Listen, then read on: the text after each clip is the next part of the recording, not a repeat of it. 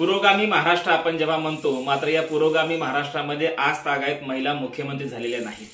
खरं तर महिला मुख्यमंत्री आणि महिलांचं राजकारण या विषयावर आपण या व्हिडिओच्या माध्यमातून चर्चा करणार आहोत.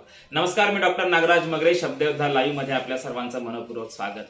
फुले शाहू आंबेडकरांचा महाराष्ट्र म्हणून वारंवार चर्चा होत असते, परंतु याच फुले शाहू आंबेडकरांच्या महाराष्ट्रामध्ये पुरुष प्रधान राजकारण आपल्याला कायम दिसून येतं. 1960 पासून आज तागायत आपण पाहतो महाराष्ट्राच्या राजकारणामध्ये एकही महिला मुख्यमंत्री होऊ नये. खरं तर हे पुरोगामी महाराष्ट्राला शोभणारा आहे का, हा देखील प्रश्न आहे.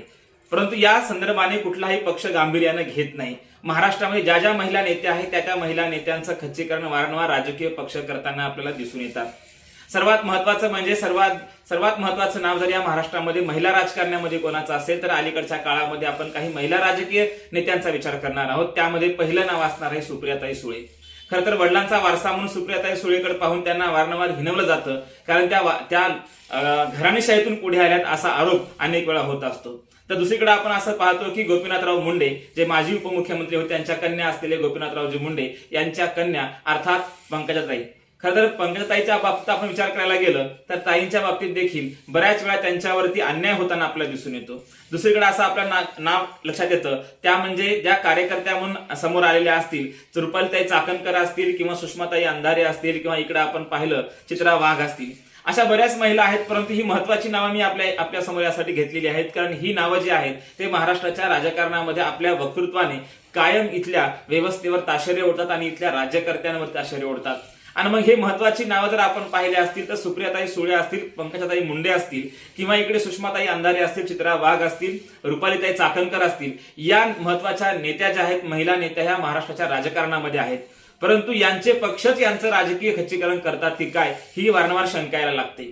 आज आपण पाहतोय की महाराष्ट्रामध्ये अनेक दसरा मेळावा होत आहेत, परंतु सर्वत्र मात्र पुरुष प्रधान संस्कृतीचे दसरा मेळावे आहेत.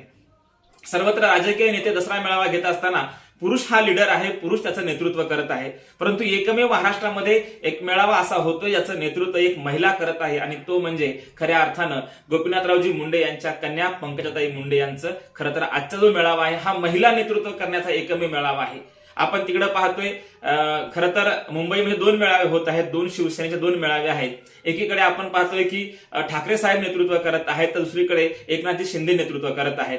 अकोल्यातून बाळासाहेब आंबेडकर नेतृत्व करत आहेत, तर तिकडे आपण पाहतोय की नागपूरमध्ये संघ परिवाराचे नेते नेतृत्व करत आहेत आणि पुण्यामध्ये शरद पवार हे या मेळाव्याचं नेतृत्व करत आहेत. परंतु एकमेव दसरा मेळावा असा आहे तो म्हणजे पंकजाताई मुंडेंचा, ज्याचं नेतृत्व ही एक महिला करत आहे. आणि मग या महिला राजकारण्यांचं खच्चीकरण होत आहे का, किंवा पंकजाताई मुंडे खरंच या संदर्भात आपली काही भूमिका मांडणार आहेत का, खरं तर आज महत्वाचं आहे ते ऐकणं.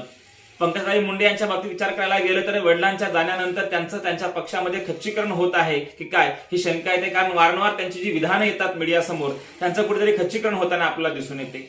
खरं ते एक महिला म्हणून वडिलांच्या पाठीमागाऱ्या जेव्हा राजकीय गाडा उभा करत असताना खंबीरपणे त्या उभ्या राहतात, परंतु त्यांच्या बाबतीमध्ये मात्र वारंवार इथल्या पुरुष प्रधान राजकारण्यांनी त्यांचं खच्चीकरण करायचं ठरवलंय असं दिसून येतं.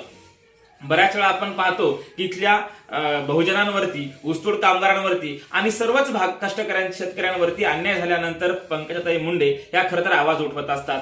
एका ऊसतोड कामगारांच्या समुदायाचं आणि एकूणच महाराष्ट्रातल्या महिला वर्गाचं नेतृत्व करत असताना पंकजाताई मुंडे यांच्यावरती खरंच अन्याय होत आहे की काय, ही शंका येते. कारण जेव्हा जेव्हा आपण पाहतोय त्यांच्यावरतीच नाही तर महाराष्ट्रातील इतर महिला नेत्यांवर देखील अन्याय होतो, कारण इथला पुरुष त्यांना या खरं तर या राजकारणाचं नेतृत्व करत असताना त्यांचं खच्चीकरण करतो. पण हे सर्व जरी असलं तरी आज खऱ्या अर्थानं जी काही पंकजाताई मुंडेंची भूमिका असणार आहे ती भूमिका खरं तर आपल्या सर्वांना अभ्यासण्यासारखी असणार आहे आणि ती भूमिका महत्वाची असणार आहे. त्यांनी जर आज वेगळी भूमिका घेतली तर महाराष्ट्राच्या राजकारणाला एक नवी कलाटणी मिळू शकते आणि महिला राजकारण आणि महिला नेतृत्व खऱ्या अर्थानं पुरोगामी महाराष्ट्रामध्ये उभं राहिलं असं म्हणता येते.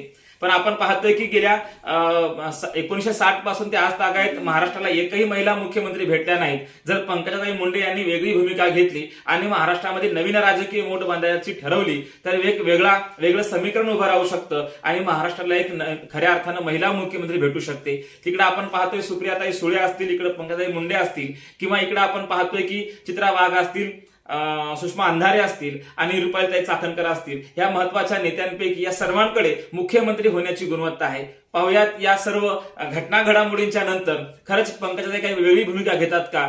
जर ताईंनी वेगळी भूमिका आज मेळाव्याच्या माध्यमातून घेतली तर खरंच या राजकारणाला वेगळी कलाटणी मिळू शकते. धन्यवाद.